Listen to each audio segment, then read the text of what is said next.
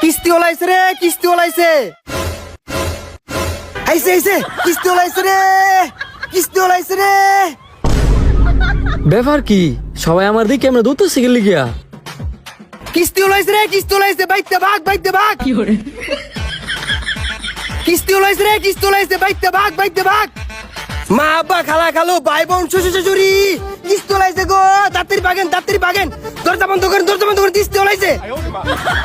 কি কইলো কিস্তি তুলে বেড়াইছে? আমার তো বাথরুম না করে তাড়াতাড়ি তো বাগ দইব। কিস্তি ওলাইছে রে, কিস্তি ওলাইছে, ইটা বলা, তাড়াতাড়ি ভাগ, তাড়াতাড়ি ভাগ। কিস্তি ওলাইছে, তাড়াতাড়ি সবাই ভাগ, ভাগ। বাড়ি ঘরে তো নির্জুম, কেউ নাই, বুঝতেছি না এলাকার মানুষগুলা গেল কই। আরে এবার তো কেউ নাই, সবাই কি কিস্তির ভয় ফলাইলো? ও মা, এইবারে দি দরজা তালা দেওয়া, এই বাড়ির মানুষগুলা কই? কই গো, কেউ আছেন? শিকল দেওয়া, আজব তো, গ্রামের মানুষগুলা গেল কই?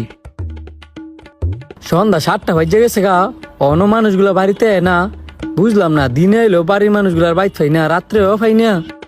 অপেক্ষা করতে করতে ঘুমাই ধরে গেছে। হেই, চালুর ফে কার আইডিয়া? কেউ শাওন মিয়া, আপনি শীতের রাইতে কম্বল মুড়ি দিয়া চালুর ফে কি করেন? ইয়ে মানে স্যার, আমরা গ্রামে সবাই নতুন নিয়ম করছি তো, এলাকা সবাই গাছ আর চালের উপর ঘুমায়। কি কন? এই লেগে তো কই গ্রামের মধ্যে একটা মানুষ পাই না কি লিগিয়া? পাইবেন কেমনে? আমনাইছেন সন্ধ্যার সময়, আর সন্ধ্যার সময় কেউ নিচে থাকে না। বুঝছি, সবাই তাহলে কিস্তির বয়ে গাছের উপরে ঘুমায়। এই তো আর কোন গাছ আছে? কি আজব গ্রাম হইলাম, কিস্তির বয়ে সবাই গাছের উপরে। ফলাডিও কি বান্দর দেখছো? বড়ডির দেয়া দি সবগুলো বাপ জুটছে, ভাইগুলা কই দিয়েছে। ঘুমাগু কেডাও আমনে? আমি আমি মানুষ, আপনি তো মনে করছেন জিনভূত। আমি এত টাকাইলা না যে দেখতে ফেতিন মতো। আপনার একটু হলে তো বোঝা উচিত, গড় দিয়ে মানুষ গাছের রূপে কেড়ে। আপনি গ্রামটার মধ্যে এলে মানুষ আতঙ্ক দেয়। আতঙ্কে থাকবই, এই গ্রামে যদি একবার ভাড়া দিছি কিস্তি লয়ে ভরেই যামু। কি ও কিস্তি ওলা ভাই, আপনার কি মনে দয়া মায়া নাই? এই সন্ধ্যাতে চালের উপরটা বই রয়েছি, আর তো মশার কামড় ভাল লাগতেছে না। আপনি জানগা, কালকা পরশু কি টেরা দিয়ে দিমু না? দিমু দিমু কইতে কইতে 1 বছর হয়ে যেতেছে গা, এবার আমি না নিয়ে যাইতাছি না, উপরেই ঘুমান। আপনার মতো নিষ্ঠুর ফাঁসান আমি আমার কিস্তি লেফে দেই নাই। কত স্যার আইলো আর গেল, কিন্তু মাগার আমনে একটা 1 পিস নাম্বার 1 গাড়তেরা কিস্তি ওলা স্যার। ও স্যার, স্যার গো একটু চোখ মিলে স্যার না, আপনি চাইলো 10 আমরা কিস্তিটা দিতাম না। কিস্তির টিয়া দিতি না? তুই কি তোর বাবাতে টেড়া নিছিলি? এটা আমগো গ্রামের নিয়ম, আমরা কিস্তি নেই কিন্তু কিস্তি দেই না, এটা আমগো বংশ পরম্পরা। যতই হোক না বংশ পরম্পরা, কিস্তির টিয়া না নিয়া হবে না আমার অফিসে ফেরা। আপনার আর অফিসে ফিরুন লাগতো না, আপনার অনেক অনুরোধ করে কইছি। এই যে চালের উপরে ঘুমাইলাম, আর চালেতে নামতাম না। দেই চালুর পে কতক্ষণ ঘুমাস?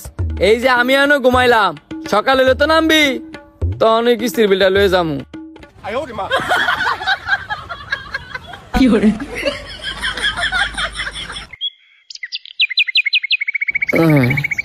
হ্যাঁ, এত মানুষ, ব্যবহার কি?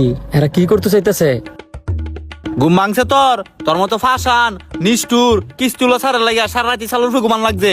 আমরা গ্রামের মানুষ নিয়ত করছি, তুই যদি গ্রামেতে না যাস তোর বাইরে গ্রাম ছাড়া করমু।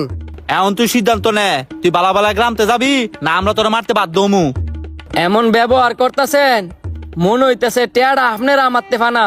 যখনই আপনি টেয়ার প্রয়োজন হয় তখনই কিস্তিওয়ালা, আর যখন টেয়া দিতে যান তখন কিস্তিওয়ালার জায়গায় শালার ফোলা। সময় মতো যদি কিস্তি দিয়ে দিতেন তাহলে এই চালের উপরে আর গাছের উপরে আপনার ঘুমান লাগলো না।